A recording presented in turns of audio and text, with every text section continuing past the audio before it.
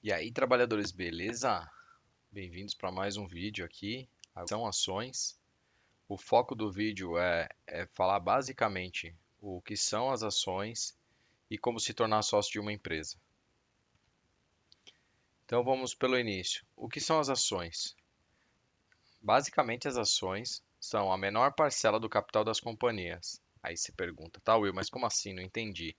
Então vamos lá. Vamos supor que hoje tem uma empresa que ela vale 100 milhões de reais. Ela decide abrir capital na bolsa de valores e decide emitir ações. Uma empresa de 100 milhões, ela reserva a parcela de 30% do capital dela, então nós estamos falando de 300 mil reais. E ela decide emitir 30 mil ações. Então cada ação será emitida no valor de 10 reais. Investir em ações é basicamente investir em negócios, onde você vai se tornar sócio da empresa, então você está adquirindo parte da empresa. E aí vale ressaltar que o sócio passa a correr risco da empresa, tanto para o lucro ou para o prejuízo. Mas calma aí, você me pergunta, Will, então quer dizer que se a empresa tiver prejuízo, eu preciso tirar dinheiro do meu bolso para injetar dinheiro na empresa? Não.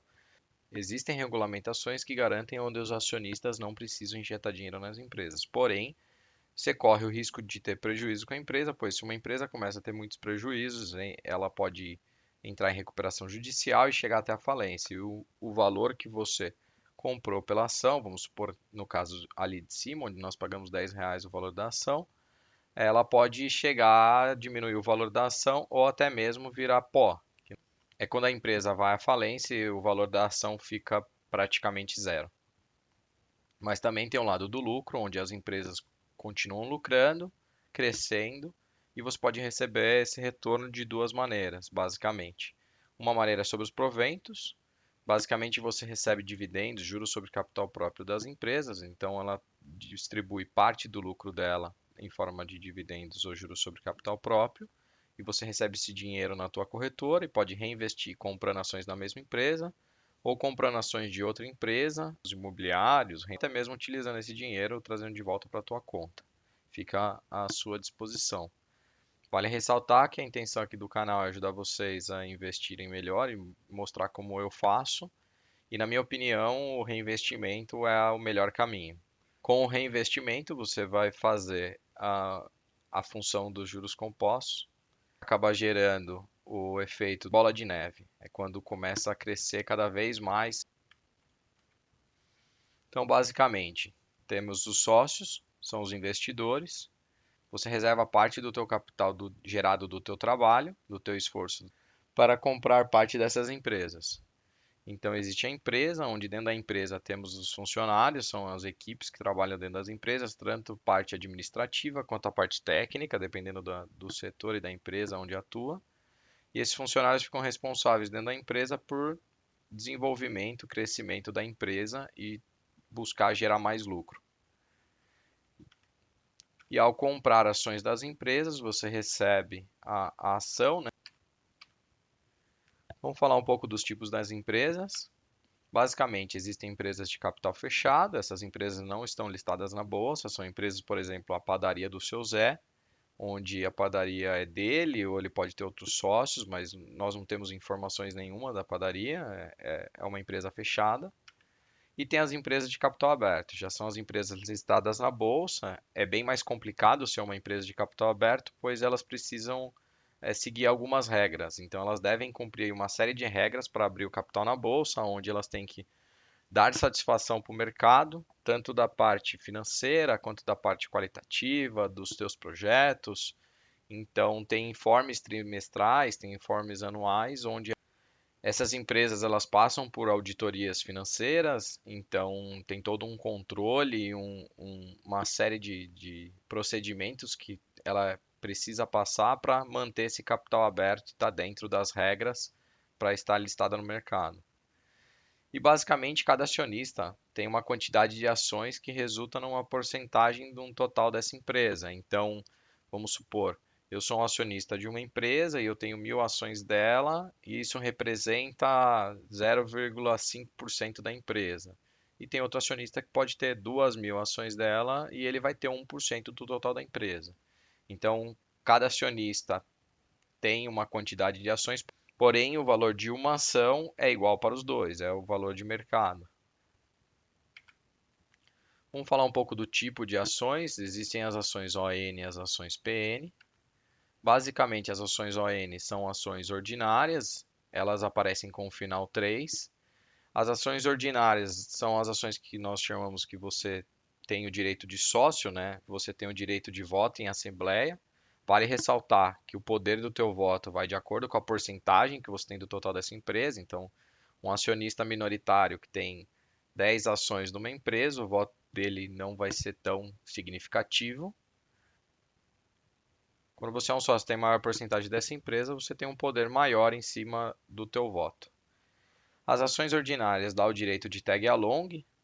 Basicamente, tag along é uma ferramenta de segurança, de garantia aos acionistas minoritários de uma empresa, de uma companhia, que permitem para esses acionistas deixarem a sociedade caso o controle da empresa passe para um novo investidor. Então, vamos supor que tem um investidor majoritário, ele quer vender as ações dele para um outro investidor, e as ações hoje no valor de mercado está a R$ 10 e ele está vendendo a 15. Você tem o mesmo direito dele de vender a esse preço. Óbvio que lá no estatuto tem dizendo o quanto tem em porcentagem se é tag along. Se você tiver 100% de tag along, é o mesmo direito. Se tiver 80, é 80% desses 15. Então ele garante um direito melhor do que as ações preferenciais. Aqui está um exemplo de uma ação ON, é a BBDC3, é do Banco do Bradesco. E no dia que eu peguei essa cotação, ela estava de R$ 22,95. Falando um pouco sobre as ações preferenciais, elas aparecem com final 4, elas não têm direito a voto, porém tem pessoas que preferem essas ações, pois elas acreditam que têm prioridade em recebimento de dividendos. O que seria isso? Os acionistas acreditam que recebem mais dividendos. Realmente, algumas delas pagam diferente, pagam mais dividendos do que as ações ordinárias. Porém, quando a gente olha aqui a um exemplo do próprio Bradesco, as ações BBDC4, que são as ações preferenciais, ela está num preço de mercado, num valor de mercado de R$ 25,80. Então, o mercado eficiente ele já acaba fazendo esse desconto da ação ordinária em relação à preferencial, pois ela paga um dividendo maior. E um outro ponto que vale ressaltar é que pode ou não ter tag along. Então, esses dois últimos pontos que eu coloquei sobre prioridade em recebimento de dividendos e pode ou não ter tag along, vai estar descrito no estatuto da empresa, onde ela vai dizer se tem um ou outro ou os dois. Então vale estudar antes de você virar o sócio dessa empresa. E tem também as units, que são os finais 11. Basicamente são um grupo de ações ON mais as PNs. A quantidade de cada uma fica a ser definido em cargo da empresa. Então, por exemplo, aqui eu vou trazer um exemplo da Klabin. Klabin é uma empresa de papel e celulose, onde as ações 11 elas são compostas por uma ação ON, então uma ação final 3, e 4 ações PN, que são o final 4. Se a gente fizer a conta do dia que eu peguei o fechamento de valor de mercado, nós vamos observar que a soma de uma ON mais 4 PNs vai dar em torno de 24,37, sendo que o fechamento de mercado da 11 foi 24,16. Então o mercado ele acaba precificando e mantendo o valor bem próximo para uma pequena diferença. Falar um pouco da estrutura de investimento em ações. Então, basicamente, ela é composta pelos investidores. Então, são pessoas que são sócios da empresa e eles recebem retornos em cima de valorização, proventos ou até prejuízo em cima, dependendo de como for o andamento da empresa. E basicamente tem as empresas. Então, as regras das empresas, como eu já falei anteriormente, está no Estatuto Social da empresa, é como está dividido o capital. Por exemplo, no exemplo anterior que eu trouxe, onde 30% está no mercado de capital aberto, então lá vai estar descrito que 30% é a quantidade de ações que estão emitidas no mercado. Vale também falar que no Estatuto Social ele diz a respeito dos dividendos. Muitas pessoas acreditam que as empresas são obrigadas a distribuir 25% do lucro em forma de dividendos, porém, isso só é válido se no estatuto não estiver dizendo nada sobre a quantidade de porcentagem de dividendos que a empresa deve distribuir dos seus lucros. Por exemplo, o Carrefour é uma empresa listada na bolsa aqui no Brasil, onde ele diz que ele tem por obrigação distribuir 1% dos lucros de dividendos. Quer dizer que ele distribui 1%? Não. O mínimo que ele pode distribuir é 1%, mas não tem um valor máximo. Se ele quiser distribuir 40%, 50%, ele pode. Porém, o mínimo para ele respeitar o estatuto dele e cumprir com a regra é 1%. E tem também as assembleias dentro do estatuto, né? Tem tudo descrito dentro do estatuto da empresa. E vale falar que as empresas têm um foco em crescimento ou conservação do market share. Basicamente, é a fatia de mercado que ela ocupa.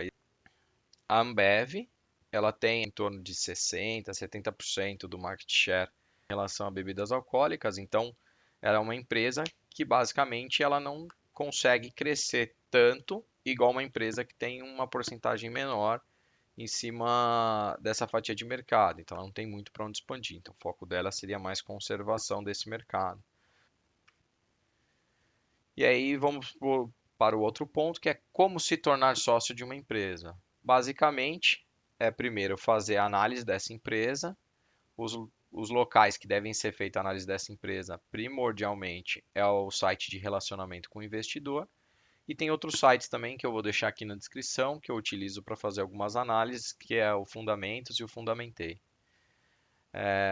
O outro passo é você ter uma conta na corretora. Então, se você já tem a conta na corretora, ok. Senão, você tem que abrir uma conta em corretora para poder fazer a compra das ações. Aqui são alguns exemplos de corretoras. Então, tem a Rico, a Clear, a XP, a Isinvest, BTG e tem outras que eu também não coloquei aqui. Basicamente, você vai escolher a corretora de sua preferência. Eu diria que é melhor você procurar uma corretora que tem taxa zero. Então aqui a Rico e a Clear eu sei que tem taxa zero para investimento em ações.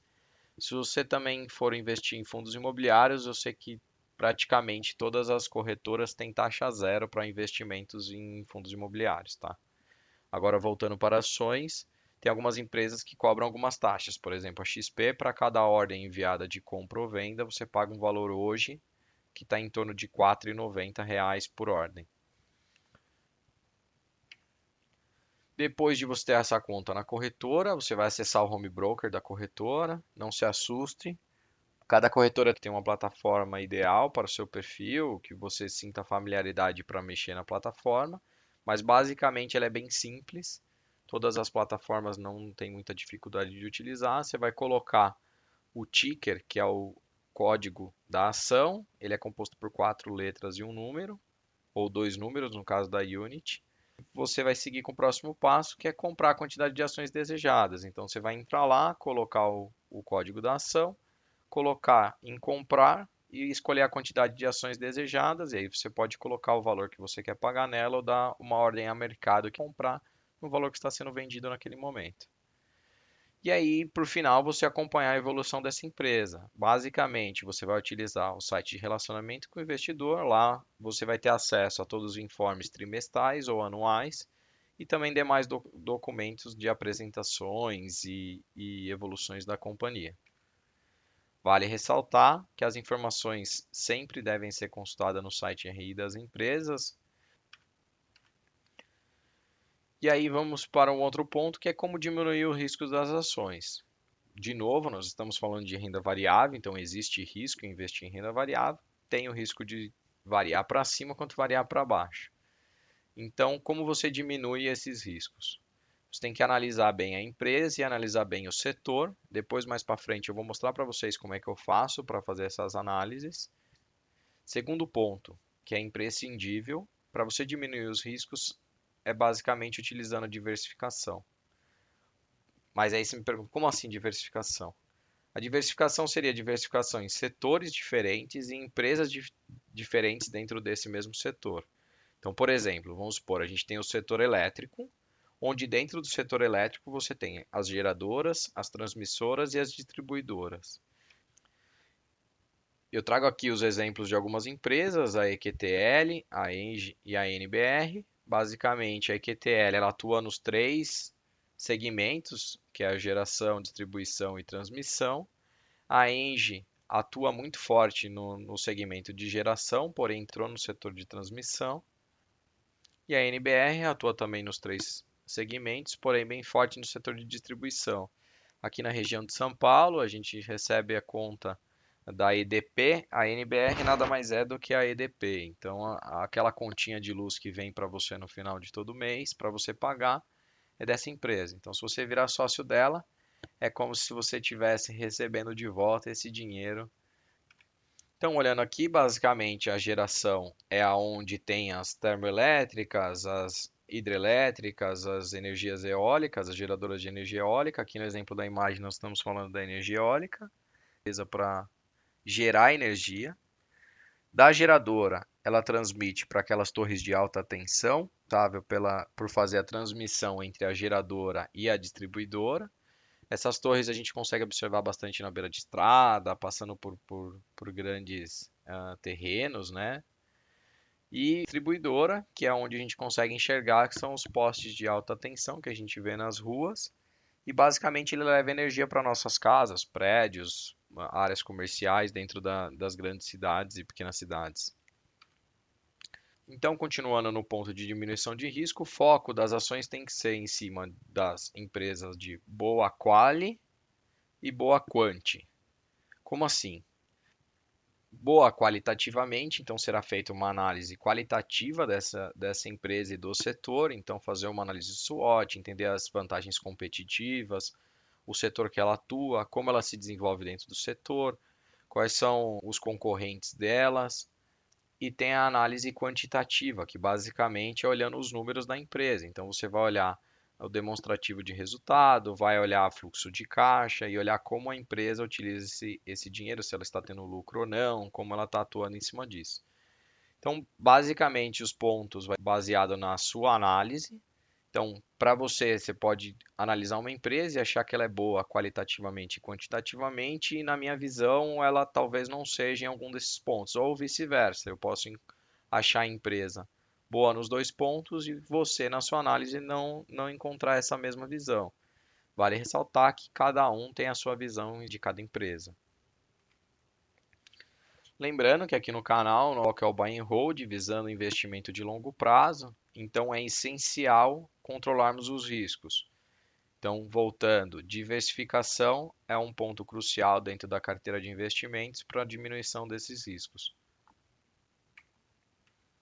Então, investidor, se você gostou do vídeo, eu peço que você ajude a gente aqui no canal. Então, inscreva-se no canal, ative o sininho e deixe seu like.